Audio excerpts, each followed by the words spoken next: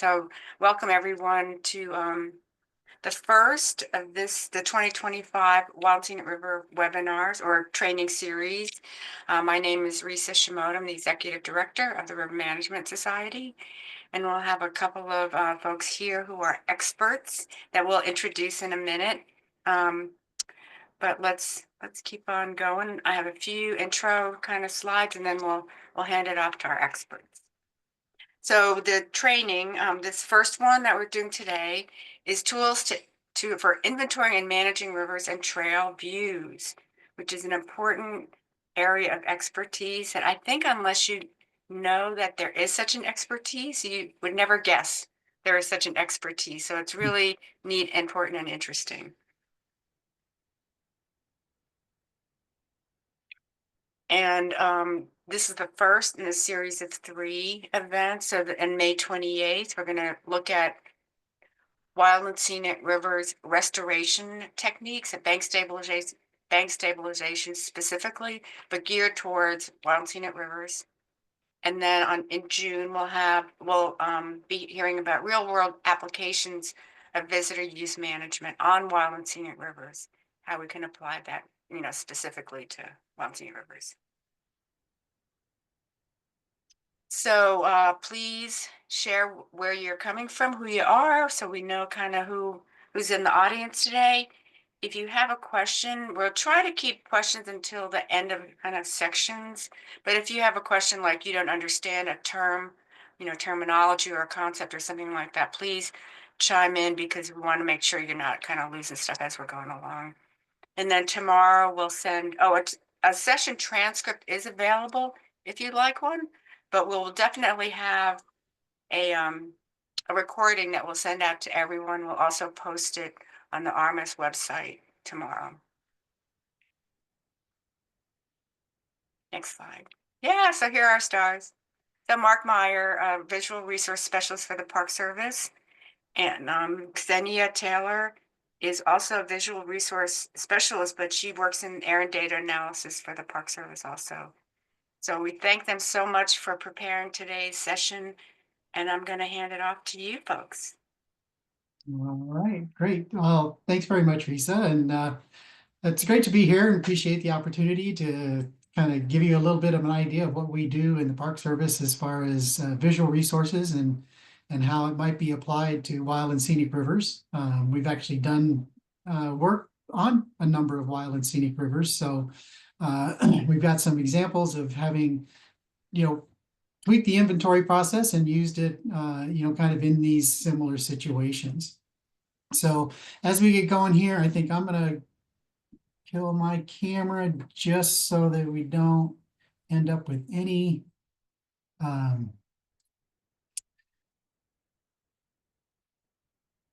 bandwidth issues. So we're going to cover today a number of things about the general process and those kinds of things for visual resources. And it's mostly going to be a little bit from the Park Service perspective, but we do have some information in here that talks about, the relationship of our process and then, Forest Service and BLM, because there are processes for other federal agencies as well. And we know that wild and scenic rivers occur, under all the jurisdictions. So we will have a little bit of background in that material as well. But starting off, what are we talking about when we're thinking about visual resources? And really, it's everything that's visible from a viewpoint. And a viewpoint doesn't have to be a specific formal, developed viewpoint. It's just wherever you are that you're seeing the landscape. And when we think about visual resources in the Park Service, they also have meaning and value, because we have parks that are historic in nature and have cultural resources. All of those things kind of enter into our visual resource program. And when we look at where this came from, is scenery is right up front in our Organic Act. So this was the act that established the Park Service, and it's one of the things that the Park Service is supposed to be doing as far as protecting that for future generations. Now, I will tell you that we are fairly new at this. I joined the Park Service in 2012 to start developing the visual program and the inventory process, and been working then with Ksienya for almost that long. She started jumping right into the visual resources early on, and so we've put a lot of time and effort into this just in the last kind of 10 to 12 years. So it's pretty new compared to some of the other agency programs. And what we're trying to do is get to this point where scenery is viewed as a resource and put it kind of on the same plane as biological resources, water resources, historic and cultural resources, so that it's in the mix for decision making. It's not a be all end all determinant for any particular management strategy. And the way that we look at that is that it's all, again, it's all of that landscape, and we have a process to understand it, measure it, and manage it so that it is there for those future generations. So as a program, as it's developed, it's kind of evolved into these four main buckets, if you will. We're going to touch on all of these today, not in very much detail.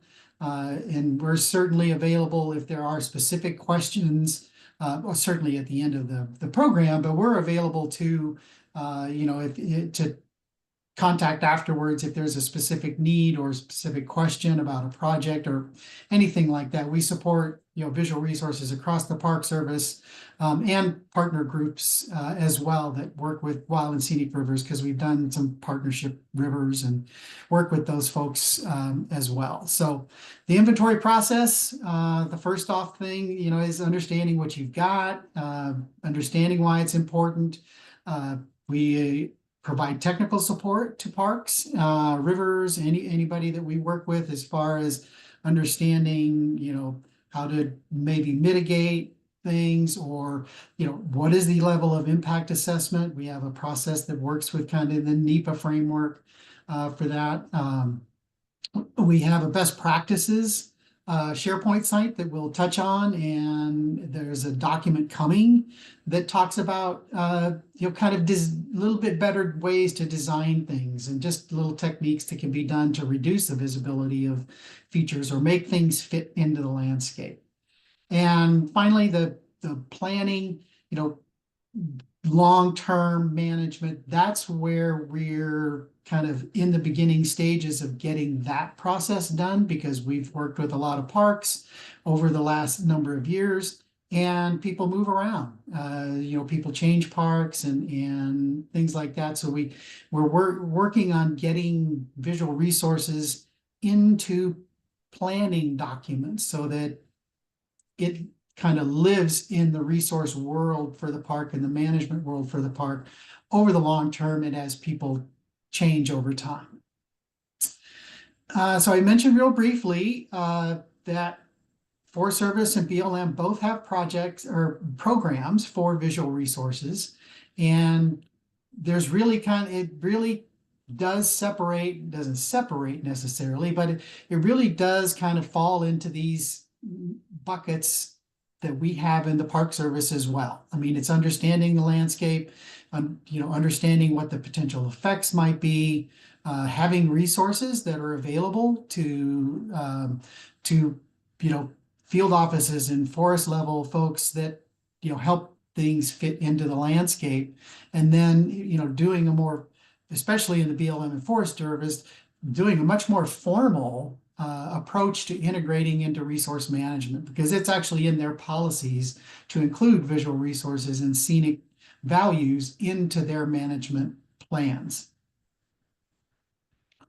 So as a quick overview for each category, again, since this will be recorded, there's more information here, I think, that you can probably really review in this kind of a context. But you can see that all three programs line up, and they have things in the inventory process that evaluate the landscapes and do different ways of assessing scenic quality and those kinds of things. One of the big differences is that typically BLM is normally completed by consultants, and the Forest Service, at least to date, is pretty much all done internally by their landscape architects. Whereas we've developed this process so that with the training that we do and the workshops and things, you've got the tools and it can be done at the park level just by with park staff, with partners and volunteers. So that's a pretty big distinction as far as some of the programs go.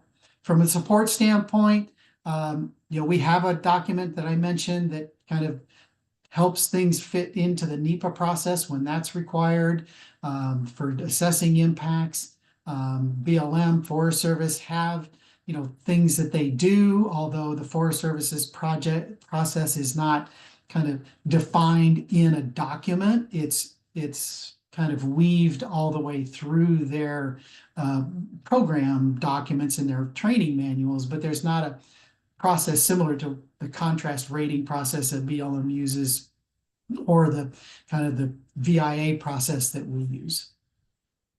Management, as far as kind of getting things fit into the landscape, again, BLM Forest Service have lots of good resources, and we've actually referenced these resources and made them available through the Park Service best practices site and in our coming manual.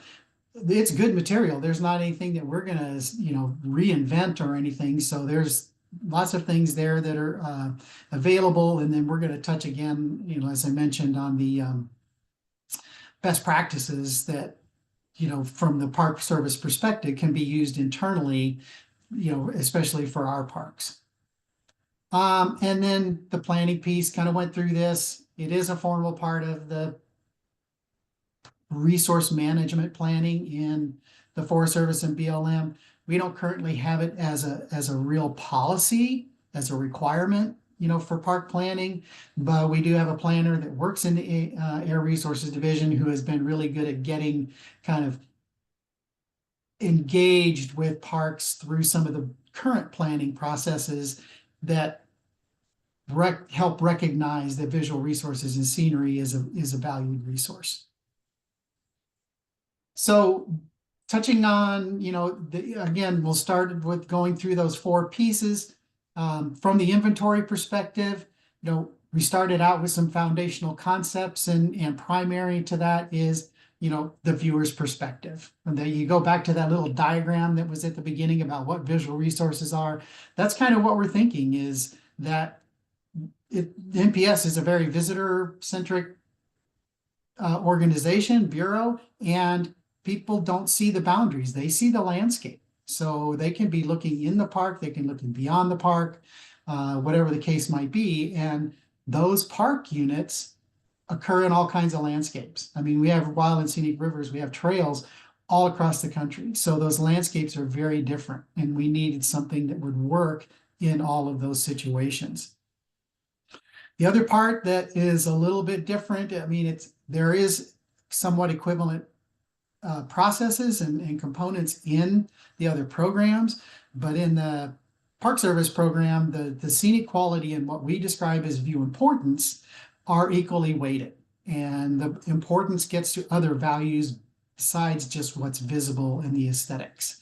And again, kind of that we wanted to create something that would really be usable at the park level once kind of went through the process, because the inventory process and visual resources is kind of a continuous thing, and it's not a situation where parks would always need to have access, or didn't want it to require access to the landscape architects and visual resource specialists and all these kinds of people that you would have to contact. It's like you can learn the processes in the program and do things at your unit itself. So how the inventory works, there's the 2 components that I mentioned, the scenic quality and the view importance. And it begins with kind of what's in the photograph here. It's like, what are we looking at? You define what the scope of an inventory view is. because that view for before we get to those two components, that view is the unit of inventory rather than some kind of a polygon on the ground that surrounds, a particular landscape type. That visitor again sees that whole composition. So this process is done for each view, and it's done, in these two parts. And the first part, the rating of the scenic quality, kind of centers around these three main factors, and there's some very defined criteria inside each of these factors that get to kind of how you define them. That composes the scenic quality part. Then the view importance piece is actually an office exercise. It doesn't need to be done in the field. And then we talk again, what are the values of the viewpoint in the viewed landscape? In many situations, especially in battlefields and things like that, often the viewpoint has value. It has importance, meaning to what the park is telling for stories. And the same thing then with the viewed landscape. What's in that composition? It might not always be about just aesthetic and scenic values. And then some proxy measures for what the viewers might be feeling. How many people go to a certain viewpoint to take in a view? How many people are taking in a segment of a trail, or in your case, going down a segment of the river? The more people that are exposed to potential changes, the more sensitive that unit might be to those visual changes. So then where we go with that after we've done this process is we end up with an overall scenic inventory value. And that just indicates, at a pretty high kind of summary level, the overall importance, the overall value of a particular view to the park unit. And then that information is then taken forward into then some of the other processes that we'll talk about. Once we have all of this information, then it goes into a spatial database. I mean, we have the descriptions and the scenic quality pieces. We've done some photos in the field. Then what we can do is start to use some GIS tools to do some mapping. And the toolkit that we have right now will do viewshed mapping, if you're familiar with that. Basically, it's just what is visible in the landscape from a particular viewpoint. And it's a pretty standard GIS exercise as far as being embedded in GIS and being able to do it. We've just taken that and built it so that it can use the data from the spatial database that is entered after the inventory. And it'll do things then, like, as you see in a couple of these, the more intense the colors, the more viewpoints can see parts of the landscape. So then you can say that, well, we've got all of these viewpoints that can see a particular change is going on, that might be a bigger challenge or something that we need to engage on than an area that's less visible. Now don't worry, obviously you can't read all of this. I just wanted to put an image up because this is one of the reports that comes out of the database, and it is a good communication tool. It shows all of the ratings that you did. It has the rationales here, the scoring and those kinds of things, the dates when it was done. It pulls in one of the photographs that was taken. Maybe you have photographs that were stitched into a panorama. So it's a good representation of the summary of the inventory information. And these can just be exported for each view as it's completed, because there's no need really to complete an inventory to get access and to be able to use the data and analyze it. So this is done on a view by view basis, and so the reports can be done and the mapping can be done just as you fill out the database. So once you start a process, you can complete it as time permits. It's not one of these things where we've developed this and you've got to fill this database with all your stuff before you can do anything with it. So with that, I think what we're going to talk about next is kind of why we're doing this. And with that, Ksienya is going to go through some of the other components and some of the other things that we work with in the Visual Resource Program. Thanks, Mark. Can you hear me? Yep, I can. Awesome. Okay. Hopefully this will work. Had to make some last minute technological changes, and so I'm calling in from my phone and trying to use the Zoom app, but when I was making myself unmuted, I lost the Zoom app. So I might not see what slides we're on. So hopefully, and I can't get the, anyway, so I'm not going to spend too much time on discussing that. So Mark, you're on your own on moving the slides, and I'll just talk. So yes, thank you, Mark, for introducing the inventory process and to help us understand which views are important and why. The inventory is extremely important in that data collection, and it helps us to make decisions more effectively in terms of managing our park scenery. And it's extremely important now, and it has always been important, but landscapes are changing in ways that are different. They're changing with large-scale renewable energy projects such as solar or wind turbines. We have some of these larger transmission lines, and even urban and suburban development has been encroaching on our parks more so. And so parks are looking for more of these consistent methods for not only understanding what's important to us, but how to communicate what's visible from our key viewpoints, because no longer can we just talk about it in terms of, oh, we don't want anything within a certain distance of the park, because land is becoming more scarce. So they can't really say nothing within certain number of miles. So we really have to hone in on understanding where certain projects, new development, where it's visible from, and how is that important to us.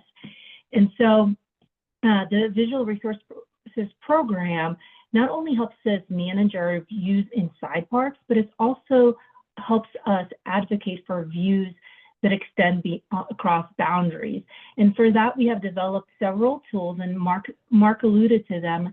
And the first one that he mentioned was this new tool that is recently added on SharePoint. It's the Visual Quality Best Practices Toolkit.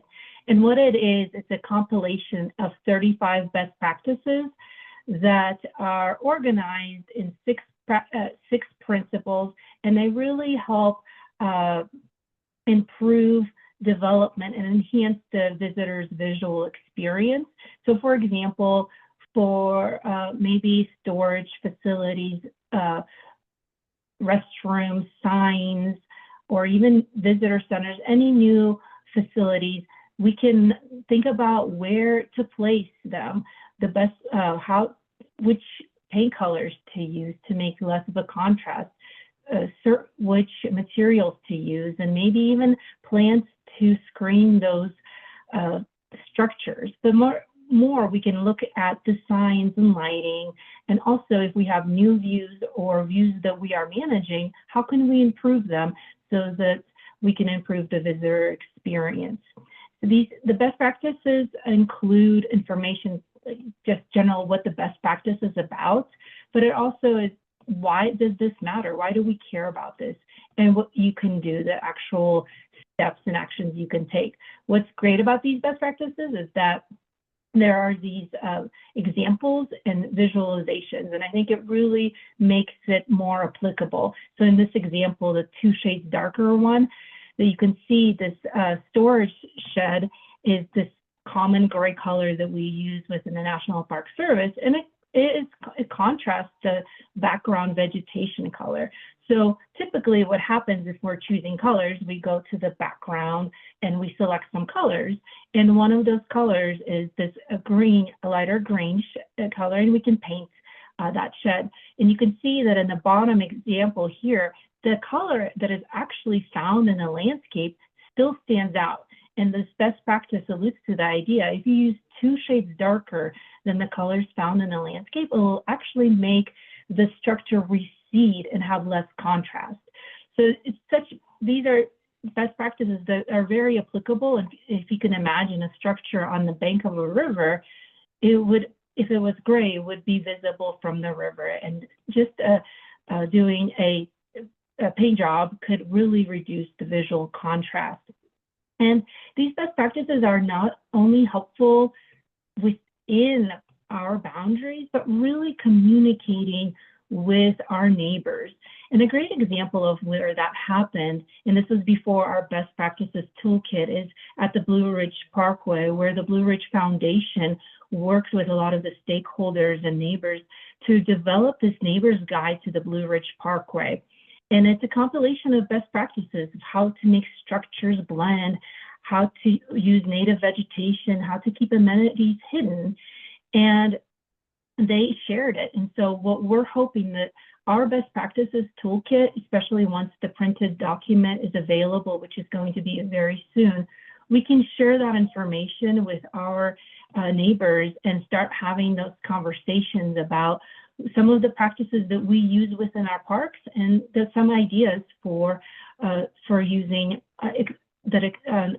for views that extend beyond our boundaries.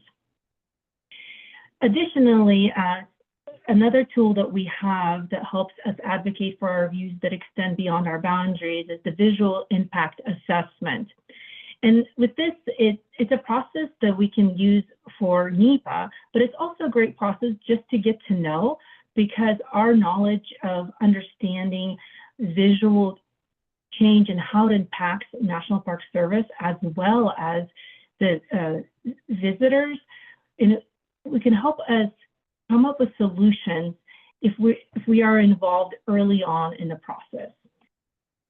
And this visual impact assessment is very closely related to our inventory that Mark talked about. So just like the inventory, there's some aspects of the scenic quality where we're trying to understand the landscape characteristics and what makes a view come together and what are those scenic qualities that make it aesthetically pleasing, as well as some of those aspects of the view importance. What's important to the National Park Service, such as infrastructure or interpretive themes, and also what's important to the visitors. And we use proxy measures, as Mark mentioned, for how long are visitors staying and what are they looking at.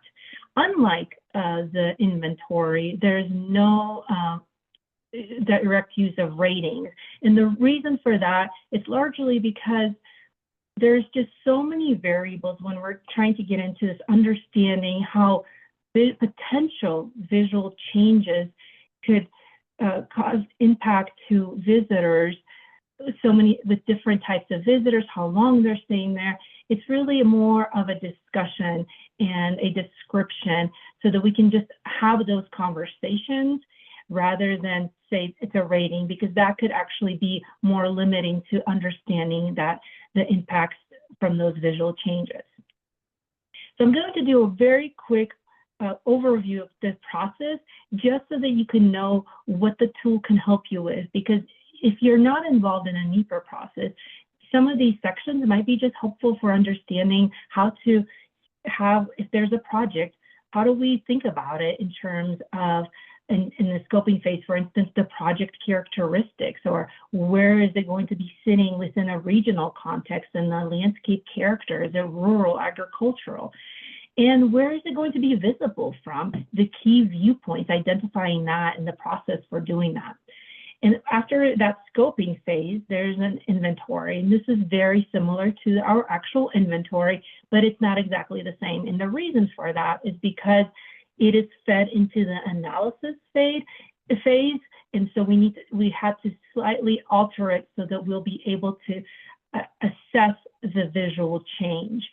So it does still have all of the existing landscape and understanding the characteristics of that existing landscape, what are the viewers doing, how long they're staying there, and also what the values for the NPS, but it's just done in a slightly different manner so that it feeds in directly to the analysis phase. In analysis phase, simulations are extremely important, and high quality ones are critical. And so what we have developed is this guide evaluating photo simulations for National Park Service staff that is extremely helpful in identifying what are those high quality photo simulations and what are some common pitfalls or photo simulations that can reduce the contrast visually. And so we might actually not appropriately assess the visual change because the simulation might have had some may not have been as accurate as we would have wanted it. In some cases, we can request other additional simulations if we notice some of these changes. So an extremely helpful tool if you're ever working with photo simulations. Once we have the inventory data in hand and a simulation, we can start looking for trying to understand what are the visual changes, how compatible is the proposed project within the current landscape, for instance, in the rural or agricultural setting, and also how are some of those project design elements, how do they contrast within the landscape, existing landscape characteristics. So for instance, you might have a vertical project design with a lot of vertical lines in a horizontal landscape. And so there's that contrast between the lines, vertical lines and horizontal lines. So looking at visual changes like that, and then assessing what will be the impact to viewers in National Park Service. And so an example I like to use is that we have different types of viewers. Sometimes viewers spend less or more time. Some just drive through the parks. Some have been they've been going there since they were kids, and so they will perceive change differently.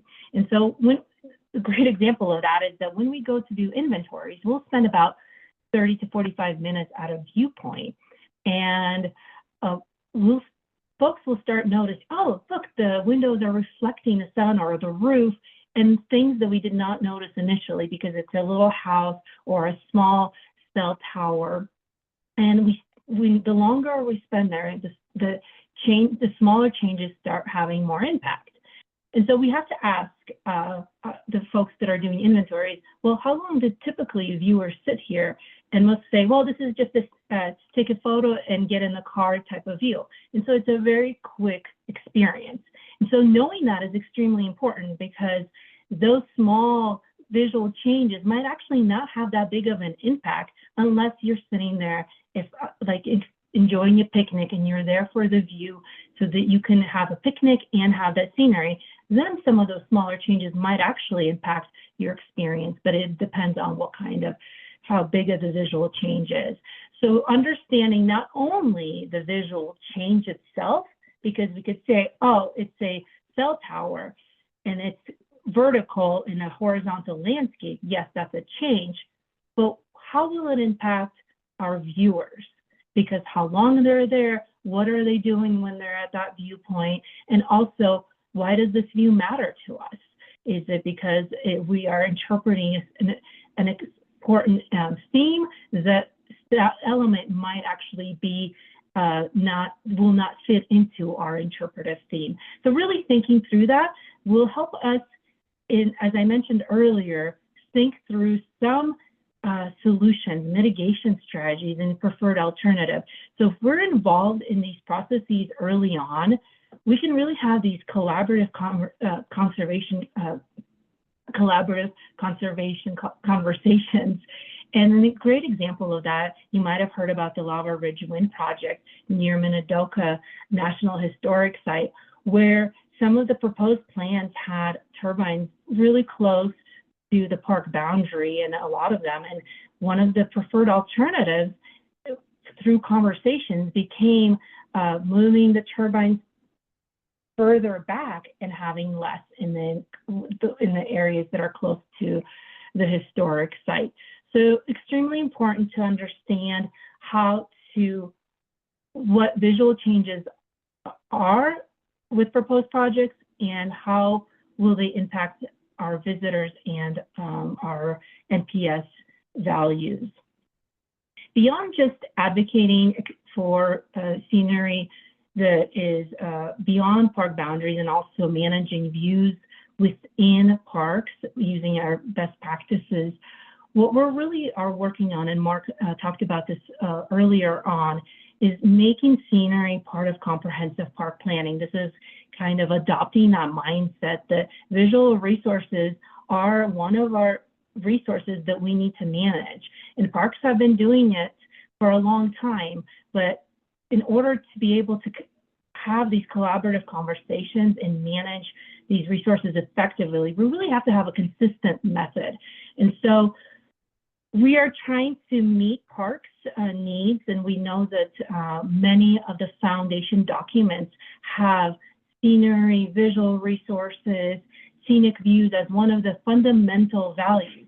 But more so, a lot of these foundation documents have visual inventory data as a need. Beyond that, we know that out of 50 completed RSS, out of 64 completed RSSs, 50 resource stewardship strategies are calling for a need for visual inventory data. So parks are identifying this need to understand what's important to them and why, and do it in a consistent way. And we're trying to do it in a way that we can integrate it into long-term park management, because when we go out parks and do these inventories, it empowers them, and we have these advocates for visual resources. There's a lot of excitement, and then those employees move on to a different park, and many times we have to restart this whole process with new people. And we really want to not only expand the reach of the program, but right now our goal, and we're working on ways and strategies on how to make it part of the planning process. How do we make it part of long-term planning documents? And so some things that Mark and I are working on is integrating the planning and management strategies earlier on after the inventory. So it's documenting it early on so that we can ensure that scenic views endure for future generations despite some of these landscape changes. So with that, I think we can take questions. And Mark, I can't see the chat, so I'll stay off mute to answer. Yeah, I am not sure that I can see it either. I might join on my Hey iPad, guys, and I might we have one, Ksienya, and there might be others once we get started. A question from Mark from Sharon Kim. Has there been any discussions to have an interagency visual assessment / monitoring process that's consistent across agencies instead of using separate ones for Park Service, BLM, Forest Service? That's a $64,000 question, Mark. Yeah, right. So there really hasn't been discussion in that regard. Mentioned that we're a little bit behind the curve in the Park Service. BLM and Forest Service developed their programs in the late 70s and early 80s. So they've been doing this a long time. And they were really developed for very specific purposes, and they are multi-use agencies. And so the Forest Service was originally developed primarily to address big, giant clear cuts and how to do them better, how to make them less visible and more aesthetically pleasing. And it certainly evolved into more than that. And then BLM at the same time, they are a multi-use. Their process is designed to kind of focus on that contrast with the existing landscape and how to get projects to fit better in the landscape. So they have very specific purposes to why they exist. And the Park Service really is a preservation, single mission, kind of agency. So our process is different because, again, we're viewing, doing things from that viewer perspective who sees the landscape as a composition. And so it could be any kind of a change in the landscape that some may affect the visitor experience, some may not. So it really comes down to a little bit of those different missions and different purposes for the programs. And we have in ours, certainly since we had all those foundational programs already existing, there are parts of all of those that fit into our program. And so there's a lot of common vocabulary as far as form, line, color, texture, and kind of landscape character and things like that. So there are a lot of common themes and a lot of common components. They're just kind of put together a little bit differently and used a little bit differently because of the different missions. Now, if I'm thinking about if for Park Service or BLM, if the tools or practices were more kind of like mitigation initiatives, if you will, like you're talking about a clear cut that's, Yep. Way on the other side of the spectrum.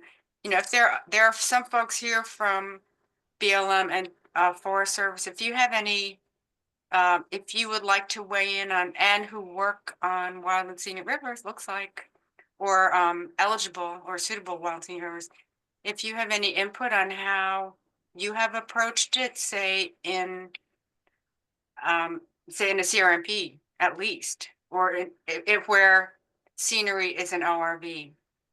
Maybe it's more, it comes up to the priority list more if a scenery is an ORV than if it's not, Right. even on a wild scenic river. If anyone would like to weigh in on that. I know who you are, but I'm not going to call on you. While those folks are thinking about it, another question from Matt Terry: how are local/municipal/county visual resources ordinances taken into consideration by agency visual resource management processes? That's a great question. First of all, if you're in an area where a state or a county or a local community has that, be thankful because it's pretty rare. Not very many, across the country. I mean, as far as a pure count, have much in the way of kind of view shed or visual character protection for their communities. So that's really great if you have that. Our process doesn't integrate it directly. I mean, we go out and inventory, we collect our data, we do the photographs, and we do the analysis and view sheds, with the GIS tools. When you get to the point where you are looking at a specific project that may, come into the view from a river, that is the time certainly when, looking at some of these other processes and programs can be really beneficial. And as a federal agency, we are also very careful that we stay in our lane. We look at things that are going to affect the Park Service visitors. And that may not always be the intent of a local community, kind of visual program, if you will, or a county ordinance. It may be a little bit broader in scope. And so we keep our focus narrow and look at it from that, park visitor, river user, trail user perspective.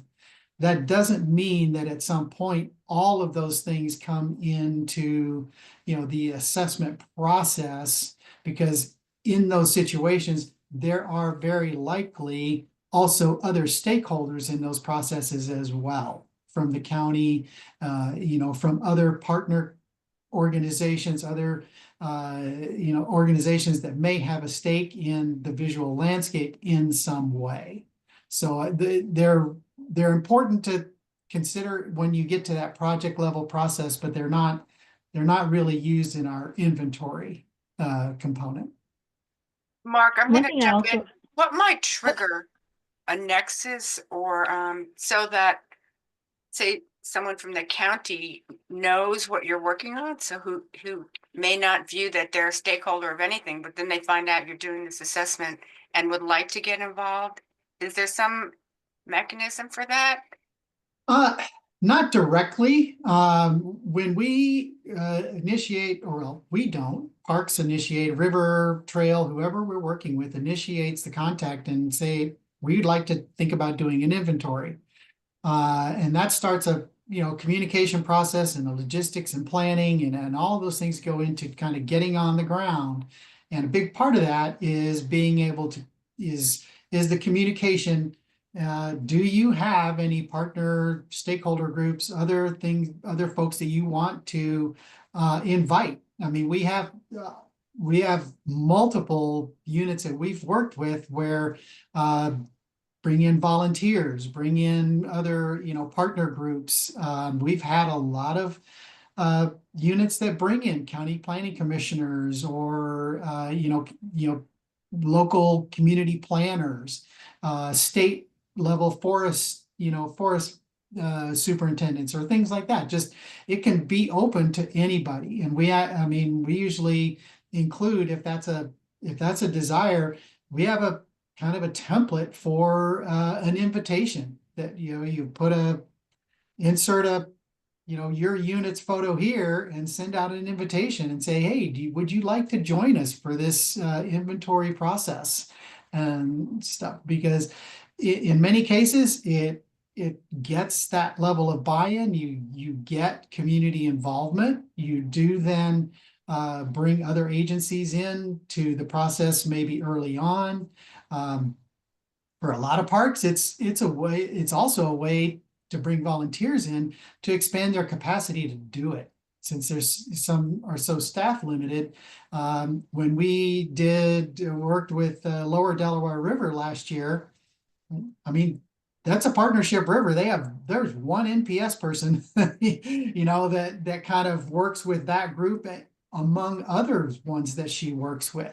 And so it was all partners that were there for the inventory. And I think there were also some other agency. I know there was a Parks and Rec representative there as well. So yeah, certainly those anybody that has an interest in your unit at all can participate. I mean, we don't have a formal process to say, go off a checklist and make sure that all these people get invited, because I mean, we don't know that, but the folks on the ground, you do. And so stepping or going upstream one more step, is there something that has commonly triggered the request from a unit to do an inventory? There's probably not a common thing, but there's been quite a few that, because of potential projects, or, they just feel like they're maybe getting development pressure in the future and they want to get out ahead of it. And sometimes if there's a known specific project, then you're looking at, okay, well, let's focus on these viewpoints because we know that they are going to be able to view the potential project area. So, then it kind of focuses the effort a little bit rather than kind of an all-encompassing inventory. So that's all part of that planning process and getting ready to do the inventories. Where are you going to do it and why and stuff? So you want to kind of understand that, and that kind of frames the planning and kind of where you go and who's going to participate. That's all part of that process. And initially, a lot of parks, participated real early on, the first, dozen or so, as part of the Centennial Challenge, back in 2015, 2016, there was kind of a little bit of, we were far enough along with our processes, from 2013, we had tested things a little bit. So we were far enough along that once I had this idea of doing some outreach through the Centennial, that we got a lot of interest from that and stuff. So that kind of triggered things. And then it's just been kind of a word of mouth, kind of a spread the word since then. So, and we're working on doing a couple of little short videos to kind of get the outreach, a little broader spread. Develop a more formal kind of training curriculum that, again, becomes a little bit more formalized, a little bit more you know, available, and we can make it more, I keep saying formal, but the whole process is relatively informal. But, just making, raising awareness, and that's where we are now, is doing some of these things to kind of raise the awareness of the program, to expand that ability to do that. Because everybody that's doing it right now, it's all volunteer. I mean, we don't reach out. There's no policy that says parks have to do this, trails have to do this. It's all strictly a voluntary kind of a process. Wow. When you watch what you wish for, when people know about it, the examples that you've shown of where it's made a difference are amazing, really. Yeah. I have another question from Matt. What type of legislative or regulatory reforms do you think are necessary to strengthen consideration of visual resources on public lands in terms of development or changes in land or forest management? That's a mouthful. Wow. Well, that's a great question, because, again, since in the Park Service, there's not a requirement to even do inventory. I think there's a desire to do things, well. And we've been to many, many parks where when they go out and they go to their viewpoints, and we look at views in the park, and whether they're going to do a new project or not, like, wow, we could have done better here, because that thing really shouldn't be there, or that could be a different color, or why do we have all of these signs here when, a couple of them would work. So, that doesn't get to the kind of the bigger question of kind of the legislative piece. And I don't know that it'll go there. BLM has, again, they have it in their process that all BLM lands will have a visual resource management class assigned to them. Okay, so that is in their policies, and there's not, as far as I know, a kind of a legislative requirement to do a certain thing because of that. But they will do, and the company that I used to work for, we went out and did field office inventories for BLM all the time and stuff, and created their inventory data. And then through the resource management process, then those management classes are assigned. And if you assign that management class to a certain level, and this project is not going to meet that project does not go forward unless you go back and amend the management plan. And that's a difficult process in itself.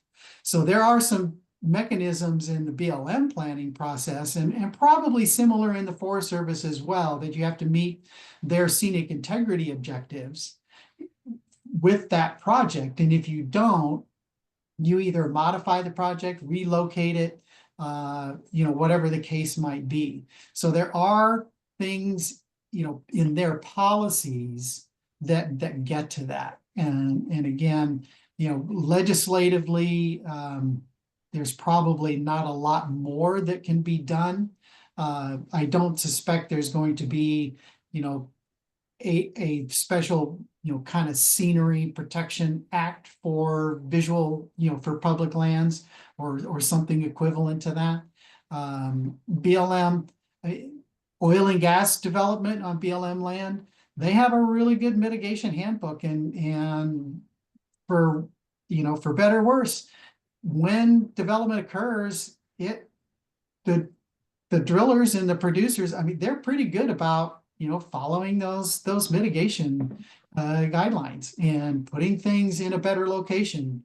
Color is a big thing in the landscapes in the West, especially because landscapes are so wide open and stuff. So all of those things kind of enter into it. So it's a combination right now of some official planning policy things in agencies, and then having that cooperation, if you will, of the industries in reducing kind of that visual visual impact and stuff. But I guess again, I don't see it going Yeah, and I would much like to, yeah, beyond that. I would like to add a little bit to that because we do have in our NPS management policies, we do have scenery as a resource to protect. So it's not that we don't mention it, we just don't have it's specifically identified as in some of the other management policies for other resources. And so we did work on a BO that director's order, but we didn't get it in time several administrations ago. And so it's on pause right now, but that is a step that we will be looking to go in the future. But, I think Mark mentioned the Organic Act and then the management policies that mention scenery as a resource that we need to protect. We also have a lot of the founding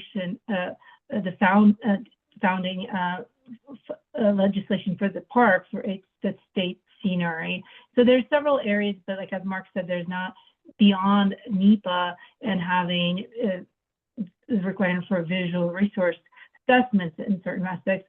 We don't really have that direct connection, but we have things that we pull from, like the Organic Act and PS management policies and NEPA that kind of give us a leg to stand on. And so that's kind of why it's not a clear-cut answer. Yeah, thank you. Maybe Ksienya can help here. Matt asked for links to the Forest Service, BLM, Park Service policies. If we can't do it right now, we can send it with the follow-up when we send the video out. Oh, yeah. So Yeah. two more questions. Brian, she's a BLMer. I didn't quite follow the full process of the inventory, so you might have discussed this, but something I struggle with in BLM is that our VRI is often done for big chunks of the landscape, like 50,000 acres. So the inventory data is not representative or granular enough to actually inform scenic ORVs or Wild Scenic Rivers within the area. Have you experienced this type of challenge or have thoughts on its resolution? Yeah, like I mentioned, the company that I worked for right before I joined the Park Service, we did a lot of inventories in field offices. And that is a challenge because the way that the BLM process works is you have a polygon on the landscape and it has these kind of somewhat, consistent visual characteristics. So at least, the vegetation is generally the same, the topography and those kinds of things. That's a unit that gets rated. And then the unit next to it where the topography is more diverse and you change from, sage scrub to kind of more pinyon juniper as it goes up in elevation, and those kinds of things, that becomes a different unit. So that's a challenge because, people don't really see the landscape that way in these different kind of parts. They see it like we talked about from the visitor perspective for, as a composition. And sometimes those units, those rating units are really large, especially in the West. They can be, they can be bigger than, way bigger than a lot of parks. And certainly it doesn't get down to the scale of doing, when you're at the river at the unit level like that, it is a challenge because you might be going through, a scenic quality rating unit. The river might be going through one that has a VRM class 3 or class 4 rating on the whole thing, but the scenery right at the river level, is really extraordinary, and maybe it's an ORV. And so the only thing that I can think of that would really help in those situations is almost, kind of an on the ground detailed inventory of, a river unit within a certain distance or whatever, for analyzing projects within that area. Because if something were to be proposed in that broader unit, it's pretty easy to meet whatever landscape requirements there are for a VRM class 4. because that's specifically there in those kinds of landscapes. It allows for a high level of visual change and stuff. That's probably not what you want, right? Right at that river level. So that is one thing that I can think of, is that it needs its own kind of on the ground, inventory, and doing it, even using the BLM system, but then just kind of tweaking it down and making it river specific, because we've done that in our inventories as well, where the ratings don't change and the rating process doesn't change, but the descriptive components that make up that landscape are very specific to, the river environment, be it riffles or riverbanks or things like that, instead of, hillsides or mountains and valleys and those kinds of things. You can include those descriptors without, without gaming the system and trying to raise the scenic quality, because the rating process doesn't change. And I would like to add to that, because this is one of the primary reasons why we designed the National Park Service inventory to be the inventory unit being the viewpoint, the viewer, and the viewed landscape. So it's not a polygon on the landscape. It's the viewed landscape from a specific viewpoint that can extend beyond boundaries, because we're trying to capture the visitor's perspective in that. And so it does become a little bit more granular and representative of what the viewer will experience from a specific viewpoint. And so that is an important distinction that Mark has mentioned, and something that probably will be very hard for a previous question, where if we could have one methodology, it would be something that would be very hard to come up with a singular process, just because our units of inventories are so different. And our goal is to be representative and capture that viewer's perspective and be more granular. And that is for different, because we have a different mission, is protect those scenery for the future generations. Thank you, Ksienya. Question from Holly. How do you handle visual resources that change drastically seasonally, especially when impacts to the view can change based on the time of year, like leaf on, leaf off, fall colors, river levels, etc.? That's a great question. Yeah, and actually we've had a number of parks that have done leaf on and leaf off, because the inventory system will allow for multiple assessments, and so the scenic quality may change. It very likely will. Some of the importance values will not necessarily, because you're looking at, from the importance component, you're looking at kind of that wider, the visitor perspective. We know that maybe during a certain time of year there are fewer visitors, but the importance piece is less likely to change. We don't, we encourage inventories to be done kind of during kind of typical visitor conditions.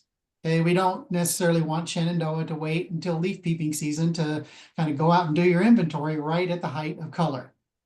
Having said that, we also have the system structured that even if you did that, you're not going to gain probably, the scenic quality is not going to go off the charts necessarily just because you've got great fall color, because there's so many different components that go into it and stuff. And it's done that way on purpose, because the landscapes vary so much from season to season and across the country. And so we have all of these components that go into scenic quality. And then what we then allow, or make possible, is doing those multiple evaluations, so that you can have that leaf on, leaf off, and so that well, this potential project is really may not be an issue during the summer. It's pretty well screened out. However, during the winter, it's going to be very, very exposed. Okay, so then what are the mitigation measures during the winter that will help, maybe reduce the contrast of that rather than worrying about too much in the summer? Because again, going back to just a simple thing like painting or making something the right color, that color might be a little bit different in the winter and be less visible than it would be in the summer and stuff. So that's something that you can consider. And the impacts to your visitors are probably a lot different than during the summer as well, because maybe your overall visitors are lower. However, depending on where you are, they might be your kind of community users. And those kinds of visitors can be potentially affected a lot more than kind of the typical kind of one-time National Park Service, or public land visitor who's going to go and visit. This is their vacation or whatever. Their experience is that one-time experience, and they may never be back.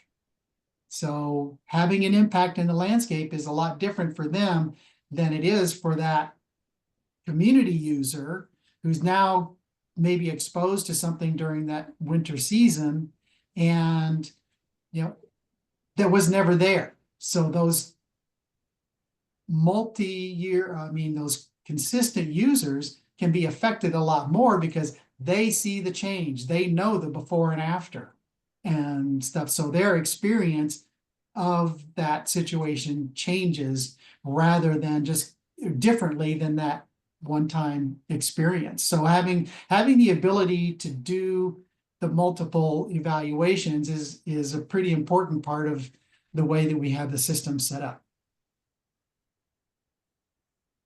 The shed that you showed that was painted green, it probably looks funny in the winter. If there's, Yeah, it might. right? Yeah, Or it it might, might. right. Are there any other questions? I don't see other questions. Any other last things you want to talk about before we go to the final few slides, Mark? Anything? I don't think so, but I do. We will put together and send Risa a set of links to some of the documents and some of the things that we have in the Park Service. A lot of them are available um, publicly through our IRMA database. They can be downloaded and stuff. So we'll send a series of links that you can distribute. That will be great. So we'll send that out to those who signed up. And then also, if we can figure it out, put it in the notes when we do YouTube video, put it in the description that's below the video. Okay. Great. That's great. So future projects or future topics that we're going to be talking about is bank stabilization, specifically on Wild Scenic Rivers, where the tenants are not unique, but the discussion is kind of geared towards Wild Scenic Rivers. And it will be largely based on a project that our trainer, John Field, worked on with Jim McCartney, who is in the Park Service Partnership Wild Scenic Rivers. That will be on May 8th. And, we have to look at the sign-up time. We did it incorrectly today, so it might be 2 o'clock Eastern time. We'll correct that if it's wrong. And then there's one more in our series this spring that will be in June. And that will also be looking at or discussing visitor use management and the system that's been developed and kind of making it real for you as a person who might be working on a specific river. How does that lofty kind of verbiage and concept information translate to you on the ground, on the river? So that will be our series this spring. And I think that's pretty much it. So thank you. Oh, yes, if you have suggestions, if you are a Wild Scenic Rivers fan, work on haven't seen a topic that you think is important for you, whether you're boots on the ground or river guide, river manager, or if you're anticipating new designations, there are several that are in the hopper, please let us know. That's the email that will get to us. And I think that's great. So Any last questions? Otherwise, we'll give you back a little bit of your afternoon. And appreciate you being here. Thank you so much, Right. Mark Yeah, and and Ksienya. you're Thank you so welcome. much. And we really appreciate the opportunity. And again, feel free to reach out if you have any other questions.